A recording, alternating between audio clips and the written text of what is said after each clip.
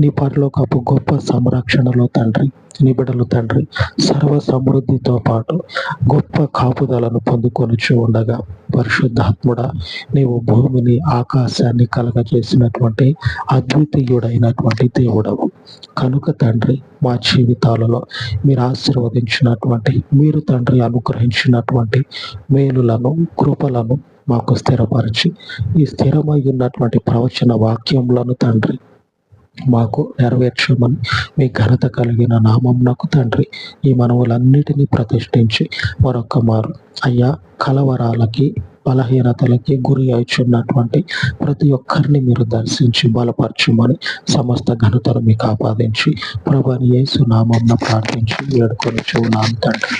ఆమేన్, ఆమేన్. సర్వోన్నతుడైన మన దేవుని కృప నిత్యము మనకు తోడై ఉండును గాక.